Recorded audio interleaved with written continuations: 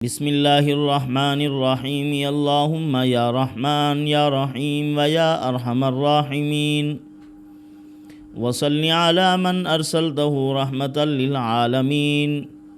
نہایت ہی واجب الاحترام بزرگان محترم، برادران عزیز، آج ہم آپ کو ایک ایسا عمل بتانے لگے ہیں جو حضرت عبد الرحمن بن عوف رضی اللہ تعالی عنہ اپنے مال اور اولاد کی حفاظت کے لیے کیا کرتے تھے۔ برادران عزیز، جہاں بھی آپ حفاظت کا عمل کرتے ہیں، اللہ عز و جل کی طرف سے اس کی مدد اور نصرت سے آپ کی حفاظت ہوتی ہے، وہاں آپ کے دل کو بھی اللہ پاک مضبوط کر دیتے ہیں۔ جب انسان باضابطہ اللہ کی ذات عالی کے ساتھ رابطہ قائم کرتا ہے، پروردگار عالم ہمہ قسمی خوف ان کے قلوب سے نکال دیتے ہیں اور اطمینان قلب اللہ پاک عطا فرماتے ہیں۔ انسان کو ایسی تسلی عطا ہوتی ہے کہ دنیا کی کوئی طاقت اس کو ڈرا نہیں سکتی، اور کسی لمحے وہ گھبراتا نہیں ہے، نہ حالات سے تنگ ہوتا ہے، نہ لوگوں کی باتوں سے دل آزار ہوتا ہے، نہ ہی مخلوق میں پیدا کیے گئے خوفوں سے وہ گھبراتا ہے۔ آج کل ہم نے پالتو خوف اپنے دل میں پیدا کر رکھے ہیں جو ہمارے اپنے ہی پیدا کردہ ہیں۔ غیر مری بھوت کا خوف ہے۔ اللہ سے جب ڈر ختم ہوا، ساری مخلوق کا خوف دلوں میں پیدا ہو گیا، ڈیرے ڈال لیے ڈروں نے اور خوفوں نے، اور ہر وقت انسان ڈرا رہتا ہے، جیسا کہ مغربی اقوام ڈرتی ہیں، برا شگون لیتے ہیں، اور ایسے انہوں نے نظریات بنا رکھے ہیں جو ایک انسان کی ناکامی کا پیش خیمہ بنتے ہیں۔ برادران عزیز، وہ راستہ جاتے ہوئے بلی گزر جائے تو کہتے ہیں راستہ کاٹ لیا، سیڑھی کے نیچے کھڑے ہونے کو منحوس سمجھتے ہیں، اور 13 تاریخ کو کام شروع کرنے کو اپنی ناکامی سمجھتے ہیں، جمعے کے روز کام نہیں کرتے، جبکہ پروردگار عالم کا حکم ہے فَإِذَا قُضِيَتِ الصَّلَاةُ فَانتَشِرُوا فِي الْأَرْضِ وَابْتَغُوا مِن فَضْلِ اللَّهِ۔ جب تم نماز مکمل کر لو، جمعہ کی نماز ادا کرنے کے بعد نکل پڑو اللہ کے راستے میں، اللہ کے فضل کو تلاش کرو، تجارت کرو، اپنے مال کو بڑھاؤ، اس میں برکت ہے، اللہ کے فضل کو تلاش کرو۔ دیکھو، جب ہم مسجد سے باہر نکلتے ہیں یا داخل ہوتے ہیں، داخل ہوتے ہوئے رحمت کی دعا ہے۔ انسان جب بدنی اعمال کرتا ہے تو رحمت نصیب ہوتی ہے، مسجد سے باہر نکلتا ہے تو فضل کو تلاش کرنے کے لیے نکلتا ہے۔ مال فضل ہے، پیسہ اللہ کا فضل ہے۔ انسان کو ذاتی وجاہت اور عزت جو اللہ پاک عطا فرماتے ہیں، یہ ساری چیزیں فضل ہیں۔ وسائل کی دولت جو اللہ نے عطا کر رکھی ہے، یہ فضل اور نعمت ہے اللہ تعالیٰ کی۔ تو ہم باہر نکلتے ہی کہتے ہیں اللہم انی اسألک من فضلک و رحمتک۔ فرمایا فضل تلاش کرو، تو لوگ اس دن میں کام نہیں کرتے، اور آج کل یہ جہالت سرایت کرتی جا رہی ہے۔ مسلمانوں کے دلوں کے اندر بھی یہ وسوسے پیدا ہو گئے ہیں۔ کسی ہوٹل میں جائیں گے تو 13 نمبر کمرہ نہیں لیں گے، بھی 13 کا عدد جو ہے یہ منحوس ہے، معاذ اللہ۔ کس نے کہا ہے کہ اس میں نحوست ہے؟ اللہ رب العزت پر افتراء اور بہتان باندھتے ہو۔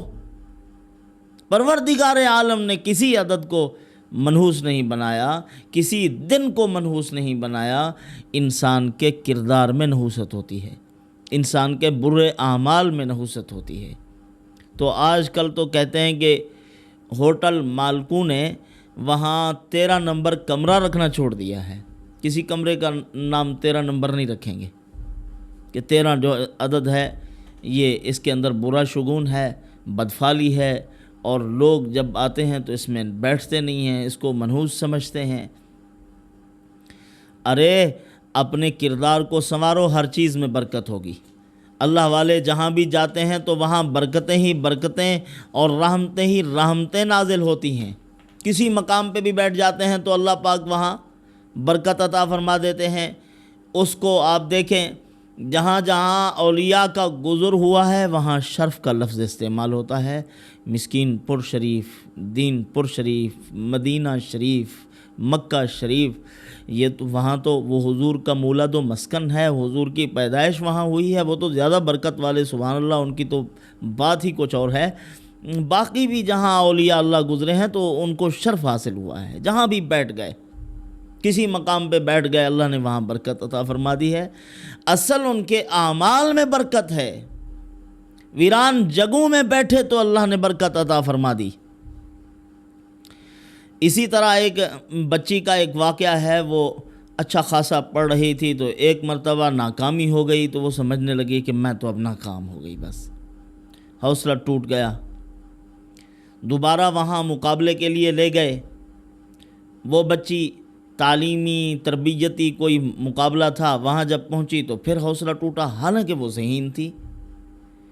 اس کے ایک استاد نے دیکھا کہ بچی تو بڑی قابل تھی، کیا ہو گیا ہے اس کو، یہ کسی اندر ہی اندر خوف میں مبتلا ہے۔ بچی کو سمجھایا کہ دیکھو بیٹا، اپنا کام مت چھوڑو، کام کرتی رہو، ناکامی سے مت ڈرو، ایک مرتبہ ناکامی، پھر ناکامی، پھر ناکامیوں سے ہی کامیابی نکلتی ہے، گھبراؤ مت۔ وہ بیچاری پھر استاذ کی بات سے اس کو حوصلہ آیا، اس نے کہا چلو اگر آپ کو یقین نہیں آتا ڈاکٹر سے چیک کروا لیتے ہیں۔ تو انہوں نے اس کا دماغ چیک کیا، اس کی مزید جن جن چیزوں کا اس کو خوف تھا ساری چیک کی، کہا کہ زبردست ہے، بس اس نے تھوڑا سا اپنے دماغ میں کوئی خوف بٹھا لیا ہے کہ بس میں نہیں کروں گی، میں ناکام ہو گئی ہوں، میں ختم، اب یہ کام کرنا ہی نہیں ہے۔ تو استاد نے سمجھایا اب اپنی قوت ارادی کو مضبوط کرو۔ پھر جب اس نے اپنی قوت ارادی مضبوط کی اور یہ پالتو خوف اور اس قسم کے بھوت اپنے دماغ سے نکالے، اللہ تعالیٰ نے اسی بچی کو ایسا کامیاب کیا، زمانے میں پھر اس نے اپنا نام روشن کیا ہے۔ آج یہی ڈر اور خوف ہیں۔ اعمال کیجئے، اللہ پر بھروسہ کیجئے، سارے معاملات اور فیصلے اللہ کی طرف سے ہوتے ہیں، وہی اٹل ہوتے ہیں۔ برادران عزیز، حضرت عبد الرحمن بن عوف رضی اللہ تعالیٰ عنہ کے بارے میں آپ کو معلوم ہے کہ کس قدر مالدار صحابی تھے۔ غالباً سعد بن ربیع رضی اللہ تعالیٰ عنہ ان کے بھائی بنائے گئے، برادر نسبتی۔ جب وہاں پہنچے حضور صلی اللہ علیہ وسلم نے ان کی بھائی اور اخوت کی جو نسبت ہے وہ انہی سے کر دی تھی۔ جب وہاں پہنچے تو انہوں نے کہا کہ آئیے بھائی جان، میں آپ کو اپنا آدھا مال دینے کو تیار ہوں اور ساز و سامان دینے کو تیار ہوں۔ حضرت نے فرمایا بھائی میں یہ کام نہیں کرتا، میں آپ سے کچھ بھی نہیں لوں گا، آپ مجھے بازار کا رخ بتاؤ۔ جو تجارت کا گر جانتے ہیں، بزنس کا ہنر جانتے ہیں، وہ کبھی بھی کسی کے سہارے نہیں بیٹھا کرتے۔ انہوں نے کہا کہ نہیں، مجھے آپ بھیج دو، بازار کا رخ بتاؤ، میں تجارت کروں گا۔ ان کو اپنی بازو قوت پر اعتماد، اللہ پر بھروسہ، کامل بھروسہ ہوتا ہے اور اپنے ہنر پر اعتماد ہوتا ہے۔ جب مارکیٹ میں داخل ہوتے ہیں تو ہل چل مچ جاتی ہے۔ چلے گئے، تھوڑی سی چیز لی ہوئی، سونا لیا ہوا، کام شروع ہو گیا، اللہ نے برکت عطا فرما دی، خود پھر اپنی شادی کی۔ اور فرماتے ہیں ایک وقت آیا جب مدینے کی گلیوں میں حضرت عبد الرحمن بن عوف رضی اللہ تعالیٰ عنہ کے لشکر اترتے تھے، ان کے آنے والے تجارتی قافلے اترتے تھے، پورے مدینے کی گلیوں میں کوہرام ہوتا تھا، اتنی اللہ نے پیسہ عطا فرما دیا تھا۔ اسی لیے رسول اللہ صلی اللہ علیہ وسلم جب جوان ہوئے تو حضور نے تجارت کا سفر کیا ملک شام کی طرف، اپنی امت کے نوجوانوں کو درس دیا ہے بیکار مت رہو، کام کے بنو، کام کے کام کرو۔ حضرت علی المرتضیٰ رضی اللہ تعالیٰ عنہ، حضرت عمر ابن خطاب رضی اللہ تعالیٰ عنہ علاقوں کا چکر لگاتے تھے، گلی محلوں میں جاتے تھے، بیکار نوجوانوں کو لاٹھیوں سے علاج کرتے تھے، ان کو درے مارتے تھے کہ جاؤ کماؤ، کیا کر رہے ہو یہاں۔ آج ہم کرتے کچھ نہیں ہیں اور کہتے ہیں کہ آسمان سے گرے، تکیے کے نیچے پیسے آ جائیں، ارے کچھ کرنے سے کچھ ہوگا، ورنہ تو جو انسان سوچنا چھوڑ دیتا ہے، اپنے مستقبل کی فکر نہیں کرتا، اپنی اولاد کے بارے میں نہیں سوچتا، وہ اگر نشہ نہیں کرتا تو دماغ میں خمار ہے اس کے، وہ کسی اور نشے کی لت میں ہے، کسی گندے عشق میں مبتلا ہے، اس کو آنکھوں کا کوئی گھاٹا ہے، نقصان آیا ہے، اس کی نظروں سے کوئی غلطیاں ہوئی ہیں، اس سے تباہی کے دہانے کھڑا ہو گیا ہے۔ تو بہرحال جہاں اللہ مال و اسباب عطا فرما دیں وہاں انسان کو اس کی حفاظت کا سامان بھی کرنا چاہیے، حفاظت کے لیے تدابیر اور حفاظت کے لیے اعمال۔ ایک آدمی مال کماتا ہے تو پہلے سوچتا ہے کہ اس کو محفوظ کیسے رکھنا ہے۔ تو حضرت عبد الرحمن بن عوف رضی اللہ تعالیٰ عنہ اپنی مال و اولاد، اپنے ساز و سامان کی حفاظت کے لیے حروف مقطعات لکھا کرتے تھے۔ حروف مقطعات 14 حروف ہیں، 29 سورتوں کے شروع میں ہیں۔ وہ آپ اپنے مال کی حفاظت کے لیے اپنے گھر میں رکھیں، اور جس چیز میں مال ہے، ساز و سامان ہے، اس پر اس کو لگا دیں، مکان پر لگا دیں، لکھوا دیں کسی تختی پر، تو اللہ عز و جل گھر کی، ساز و سامان کی، اہل اولاد کی حفاظت فرمائیں گے۔ شرور و فتن سے، ضائع ہونے سے اللہ پاک محفوظ فرمائیں گے۔ وہ کون سے الفاظ ہیں؟ الف لام میم، الف لام میم را، الف لام میم صاد، کاف ہا یا عین صاد، حامیم عین سین قاف۔ یہ حروف مقطعات ہیں۔ اللہ نے 29 سورتوں کے شروع میں ان حروف مقطعات کو بیان فرمایا ہے، اور اہل باطل کا جواب دیا ہے جو کہتے ہیں صرف حروف کو یاد کرنے سے کوئی فائدہ نہیں ہوتا جب تک معنی سمجھ میں نہ آئے۔ حروف کو رٹنے کا کیا فائدہ؟ اللہ پاک فرماتے ہیں ان حروف کا معنی تو کائنات کے کسی انسان کو بتایا ہی نہیں ہے۔ انبیاء علیہ الصلوۃ والسلام کو معلوم تھے تو وہ بھی راز میں رہے ہیں۔ اللہ اعلم بمرادہ، اللہ ہی ان کی مراد کو جانتے ہیں، لیکن یہاں ثواب تو ہو رہا ہے۔ الف لام میم پر بعض علماء نے فرمایا 90 نیکیاں ملتی ہیں، تو فرمایا ثواب کا تعلق صرف سمجھنے سے نہیں ہے۔ اسی طرح اگر کوئی آدمی آسمانی آفات سے، زمینی عذاب سے، یا اپنے جانوروں کی حفاظت چاہتا ہے یا اپنے باغ کی، اس کے لیے بھی ایک زبردست عمل ہے۔ پوشیدہ خزانے ایک کتاب ہے، اس کے اندر یہ عمل لکھا گیا۔ 4 پرچیاں بنا لے، 4 کاغذ کے پرزے اور ٹکڑے لے لے۔ ایک کے اوپر لکھے صم بکم عمی فہم لا یرجعون، دوسرے پر لکھے صم بکم عمی فہم لا یعلمون، تیسرے پر لکھے صم بکم عمی فہم لا یعقلون، چوتھے پر لکھے صم بکم عمی فہم لا یشعرون۔ 4 کونوں میں ان کو دفن کر دے۔ اللہ عز و جل اپنے کرم اور فضل، اپنی بے پایاں انعامات، اپنی رحمت سے اپنے بندے کے تمام ساز و سامان کی، مال کی حفاظت فرمائیں گے، اس کے باغ کی بھی حفاظت فرمائیں گے۔ وہاں آفات نہیں آئیں گی، زمینی آفات بھی نہیں آئیں گی، آسمانی آفات بھی نہیں آئیں گی۔ بعض نے یہ بھی لکھا ہے کہ شیشیوں میں بند کر کے ان کو دفن کریں۔ شیشی ہو صاف ستھری پاکیزہ، اسی کے اندر ڈالا جائے اور پھر اس کو دفن کر دو، یہ بھی محفوظ رہے گی، اور اللہ تعالیٰ کی طرف سے وہ مقام، وہ جگہ اور وہ باغ بھی محفوظ رہے گا۔ حفاظت کا ایک عجیب و غریب عمل اور بھی ہے۔